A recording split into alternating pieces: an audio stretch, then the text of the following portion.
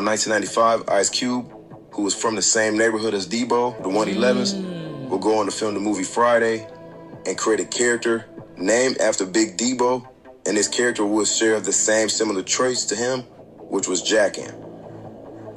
Why you tripping, Deebo? Sure, fuck, I'll knock your ass out. But Deebo from Friday was not only based off of the real-life Big Deebo from the 111s, but also from various Crips from South Central. But also at the same time, gang violence in the 90s had reached its peak. From shootings and killing. So basically, Ice Cube basically took like situations from each one of the baddest Crips in South Central and just made this one big character. So it probably was Big U, him, Monster Cody or something like that, and he just made Deebo. That's dope. I'm not black, I'm OJ. Okay. YouTube, what's poppin', man? What it do, man? Welcome back to the channel, man.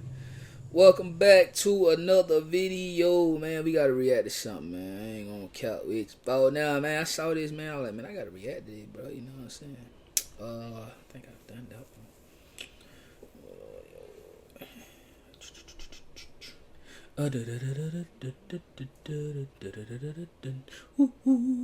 Alright, man, we're gonna tap into this one right here, man. We're gonna talk about the real Deebo from the movie Friday. You know, I always thought that Big U was the real Deebo, because old boy who played Deebo, he said that. He said his character came from Big U, and Big U kind of remind me of Deebo. But when I ran across this right here on my Dog Boys in the Hood TV's channel, he did a little smaller documentary about the real Deebo. So I was like, I want to tap into it. Yeah, so we gonna get into it. Y'all just make sure y'all like, hype, sub up, man. Y'all know what to do. We gonna get busy and let rock and roll.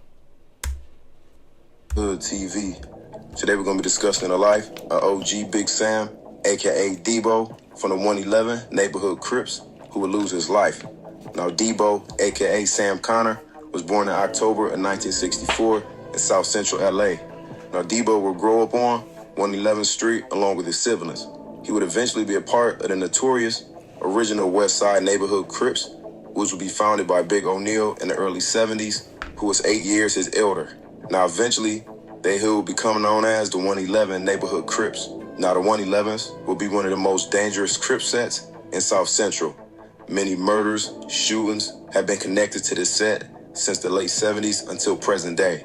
Now the 111s will be allies with all of the neighborhoods, but especially they will have close ties to the 11-5s and 11 Deuce neighborhood Crips. Now the 111s are a part of the Rolling Hundreds. Now anytime the West Side... Hey, like, how do they keep up with that? You know what I'm saying? Like, how do they keep up with, like, the neighborhood card? Like, is it certain things that they throw up, or certain things they ask them to know that they official when it comes to the neighborhood card? I'm just asking because there's a lot of steppers up under that card. You know what I'm saying? You know, y'all know the 60s, Rolling 60s. That's like one of the most famous neighborhood cards. And then you got the Rolling 40s, which 4 Extra kind of made them famous.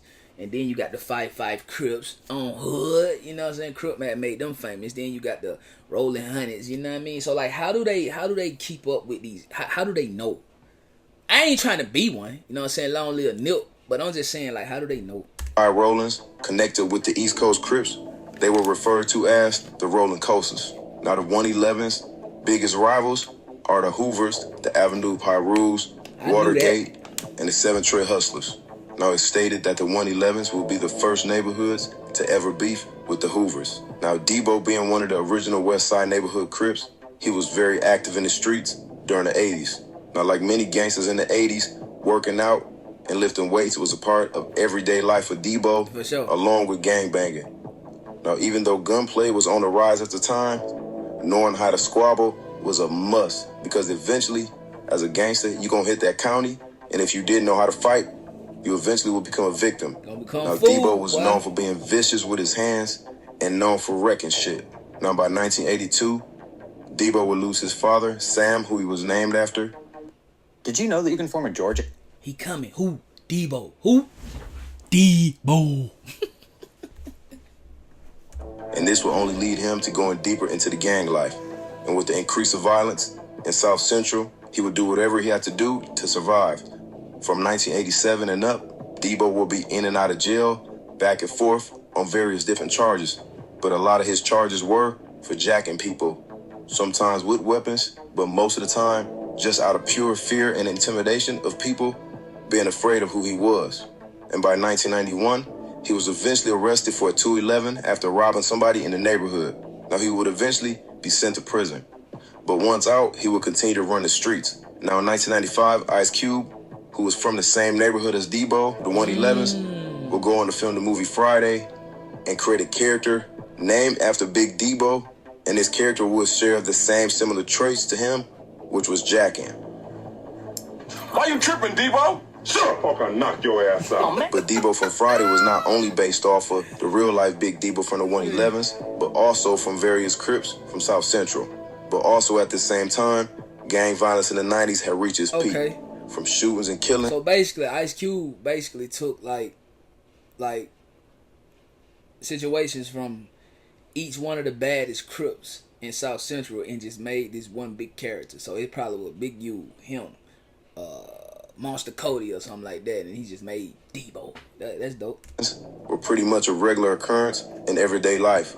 Now, at the age of 36, Deebo was still active in the streets. In the early 2000s, he would violate his parole, and he would be sentenced to prison for a short time. Now, eventually, he would be back on the streets, but still being a Crip in South Central is dangerous, so having a weapon is a must. But with this choice, Deebo would find himself back in trouble yet again with the law. And in 2007, he'll be caught with a concealed firearm.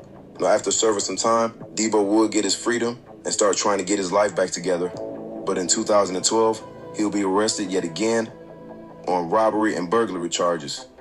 But because the state will fail to bring this case to trial by 60 days, this will result in a delay.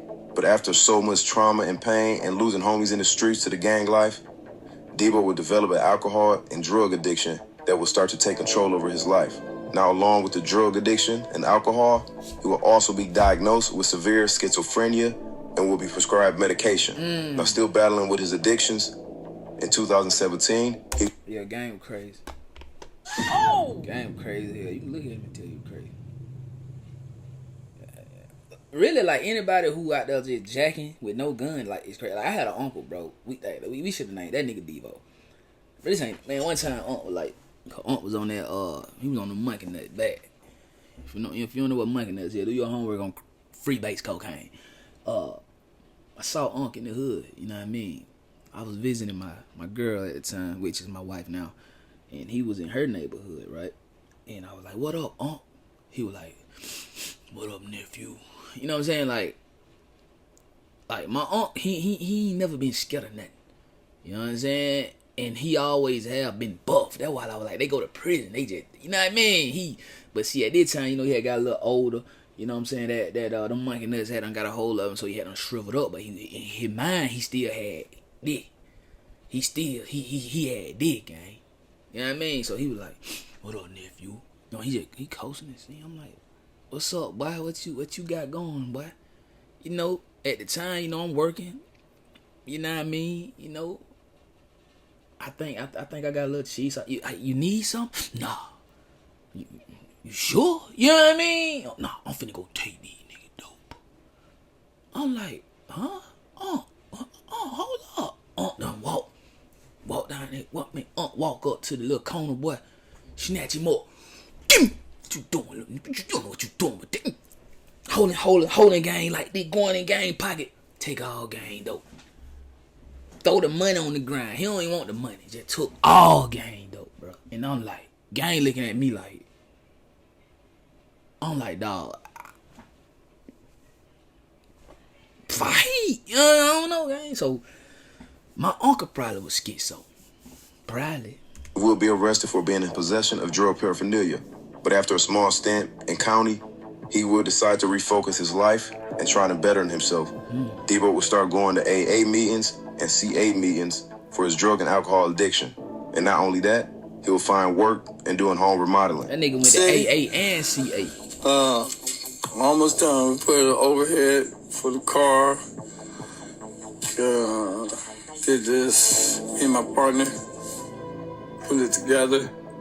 With base 44. That was popping. He was trying, bro. He was trying, gang.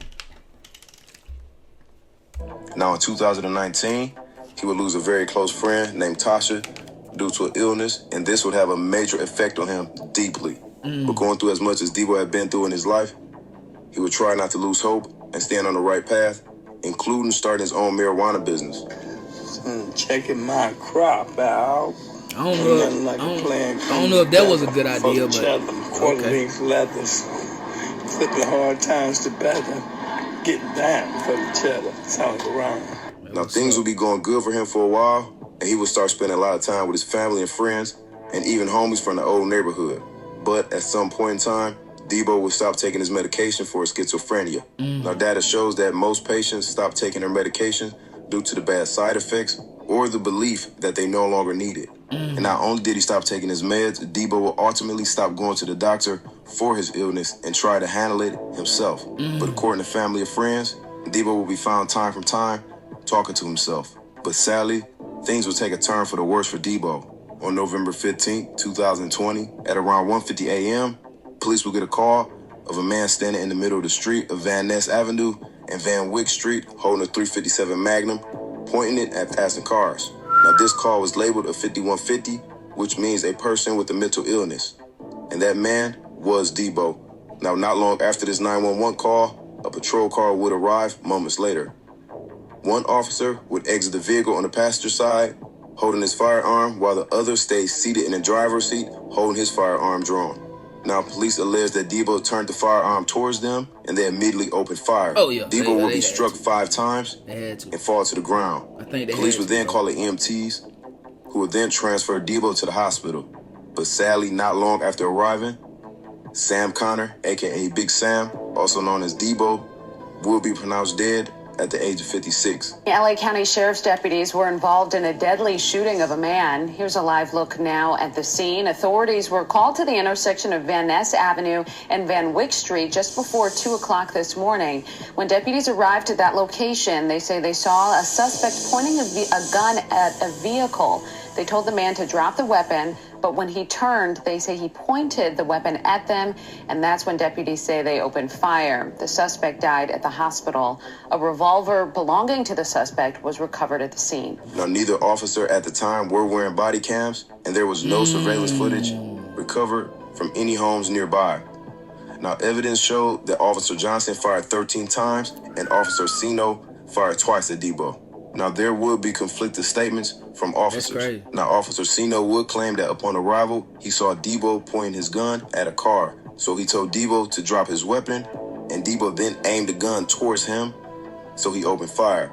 But his partner Johnson would claim that upon arrival, Deebo immediately started walking towards their patrol car with his gun pointing at them, which in return, they opened fire. So according to this officer, there was no command given or words being exchanged between them and Deebo, only gunfire. But the autopsy report would show that Deebo had been shot in the head, neck, abdomen, right thigh, and lower left leg. And the toxicology report would come back and show a presence of cocaine in Deebo's system. Now, due to the evidence at hand, the state would deem that this was a clean shooting by both officers, and it was considered self-defense. I want to say RIP to Big Sam, aka Deebo, and I want to thank everybody for tapping in, and I'll see y'all next time. Long live Deebo, man. Damn. Hey. Check this out, gang. Like, real talk. Shout out my dog Boys in the Hood TV. That one was very dope. You know what I mean? But let's make sure we are basically taking care of our mental health, bro. You know what I'm saying? Like, mental health is very important, gang. Like, don't just feel how you feel and think you supposed to feel how you feel. And if you feel like you or your loved one may be dealing with some kind of disease like bipolarism or schizophrenia, bro, like, get them some help, gang.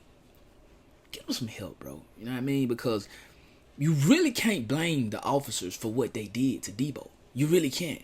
First of all, police officers are very scary, bro. I don't care what y'all put in the chat. It don't matter. They scary as hell. Bro, I don't know what you got to do to join the force, bro, but I haven't met maybe one or two that weren't that scary, bro. But being a police officer is a scary job. And I can only imagine walking up on a deranged man with a firearm. I mean, hell, they trying to make it back home, too.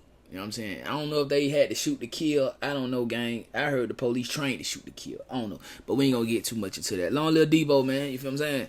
Hey, let me know how y'all feel about it, though, folk, in the chat down below, man. Don't forget to like, hype. Don't forget to subscribe. After subscribe, make sure you rank it up. After you rank it up, make sure you hit all so you don't miss none of these bangers. Y'all know it's a mob life or no life. Mob well no way. You know we coming. OTM. Gonna get it out that mud every single day. I go by done. I love y'all, man. I'm gonna check in with y'all on that next vid, bro. Make sure, man, y'all sub up and talk to God today, man. Cause God rocking out with you more than done. So you spending time with me, go spend some time with God. I love y'all. We gonna see y'all in a minute, folks. Let's get it. Okay. You know we got the streets, nigga. We got the trap too. I say my trap doing numbers, I just bust another jewel, got a player around the corner, hey. I say my trap doing numbers like that 05 summer, got a quarter pound on me, hey. The trap